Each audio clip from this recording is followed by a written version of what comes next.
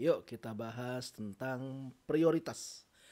Nah, di gereja-gereja tertentu, kayak gereja saya yang dulu diajarin tentang prioritas. Bikin 4 prioritas utama dalam hidup. Lalu diajarin lah ada 4 prioritas utama. Yang paling atas itu Tuhan, jelas.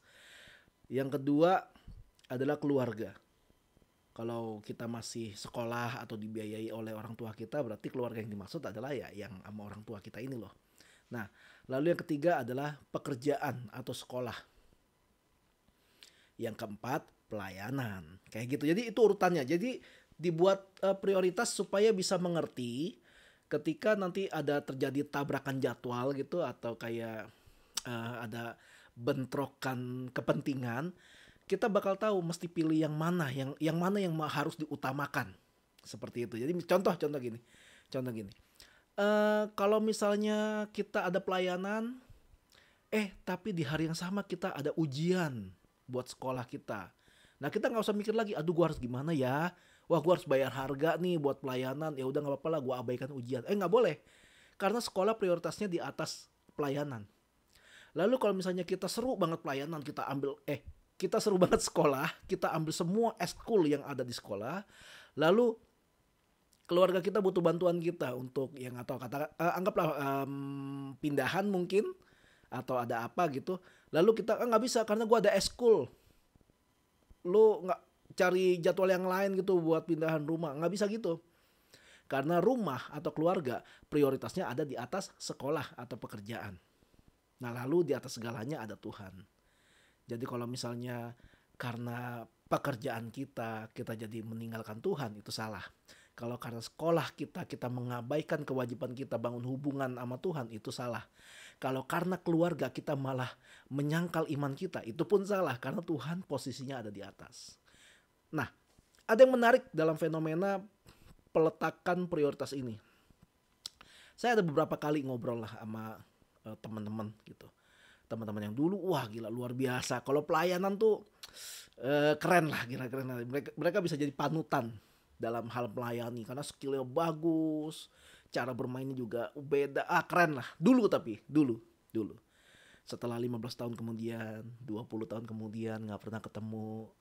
Akhirnya ketika berjumpa lagi tanya, gimana kabar? Baik, wah sibuk apa sekarang? Wah sibuk kerja, sibuk ngurus keluarga juga dan bla bla bla. Lah ketika ditanya, gimana masih pelayanan nggak? Wah udah enggak. Kenapa? Soalnya kerjaannya lagi rame-ramenya. Kan pekerjaan prioritasnya di atas pelayanan. Lalu ada juga yang bilang, gue udah gak pelayanan lagi karena gue fokus bangun keluarga gue. Jadi gak pelayanan lagi di gereja nih. Udah enggak gitu. Karena ya kan prioritasnya pelayanan di bawah keluarga. Teman-teman gini loh.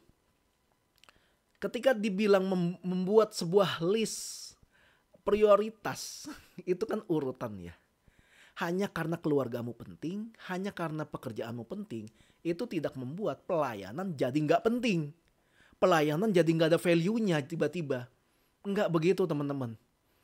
Kita harus ingat loh, dulu yang memberikan kita kesempatan untuk bisa belajar ngomong di depan umum, yang memberikan kita kesempatan melatih diri kita, mengasah kemampuan kita bermain musik. Lalu yang memberikan kesempatan kita supaya ucapan kita didengerin ketika kita sharing firman. Siapa yang kasih kesempatan itu kalau bukan gereja? Lalu hanya karena ada perubahan kondisi kehidupan kita, akhirnya kita menikah, kita punya anak, pekerjaan makin maju, pekerjaan makin rame, pemasukan makin kencang, lalu kita melupakan pelayanan. Apakah itu adil?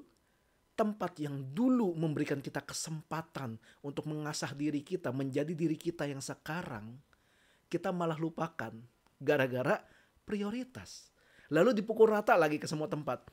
Enggak, prioritas kan yang paling benar itu kan Tuhan, keluarga, pekerjaan, baru pelayanan.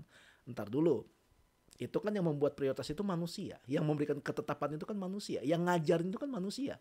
Itu kan gak ada di Alkitab. Jadi tidak bisa disamaratakan. Ambil contoh.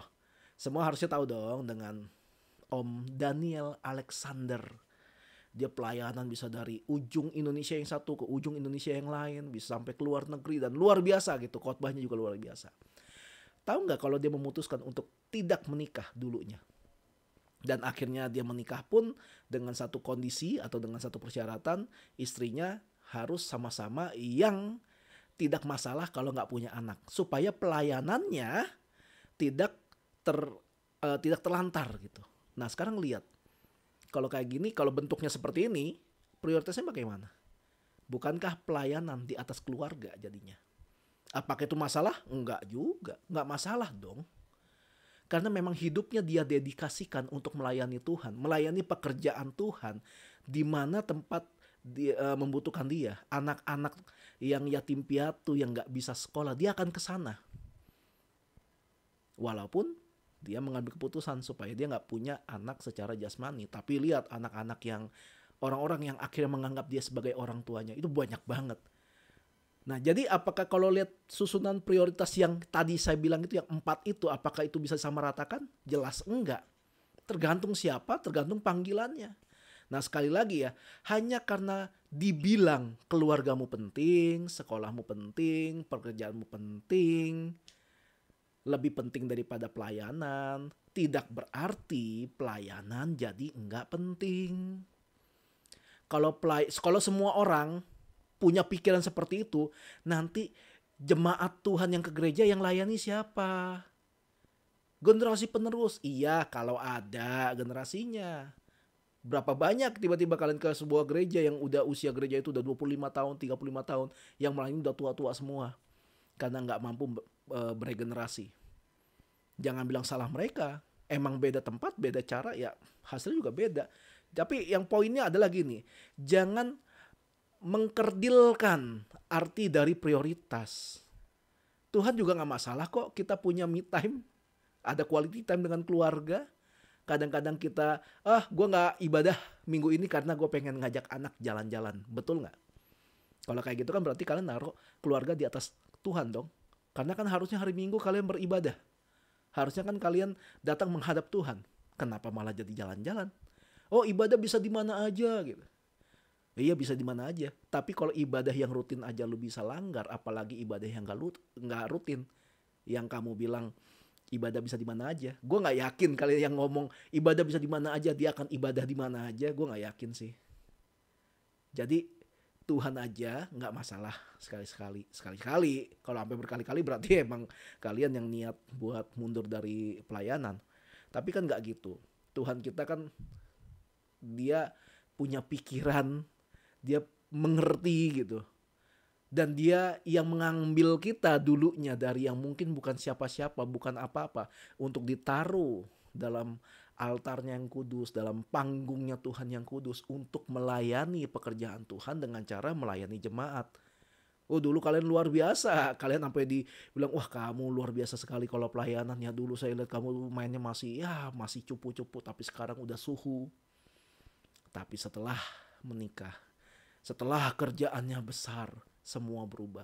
Pelayanan dilupakan. Semua dilempar ke generasi penerus.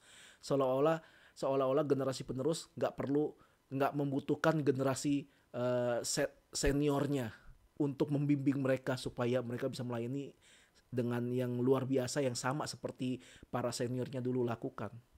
Jangan ditinggalin dong pelayanan. Kalau memang kalian diberkati, kalau memang kalian punya keluarga, ajak keluarga kalian beribadah bersama-sama, ajak keluarga kalian melayani bersama-sama. Jadi gereja akan berkelimpahan dengan pelayan-pelayan Tuhan, bukannya malah makin berkurang. Jadi prioritas bukan tentang kita dulu-duluan yang mana, tapi tentang kita setting waktu kita supaya semua prioritas ini bisa tercukupi kebutuhannya, bisa tercukupi fungsinya, dan bisa maksimal secara fungsi gitu loh. Jadi jangan sampai ada yang ditelantarkan. Kalau sampai udah gak melayani karena pekerjaan, karena keluarga, itu namanya sedang menelantarkan. Jadi seperti itu, pahami tentang prioritas, jangan dikotakan, jangan dikerdilkan. Karena Tuhan pun tidak akan mengkerdilkan siapapun yang ingin melayani. Tapi yang paling penting adalah kita mengerti kalau dulu kita melayani Tuhan, harusnya sekarang pun kita juga tetap melayani Tuhan karena kita mengasihi Tuhan. Selamat merenung.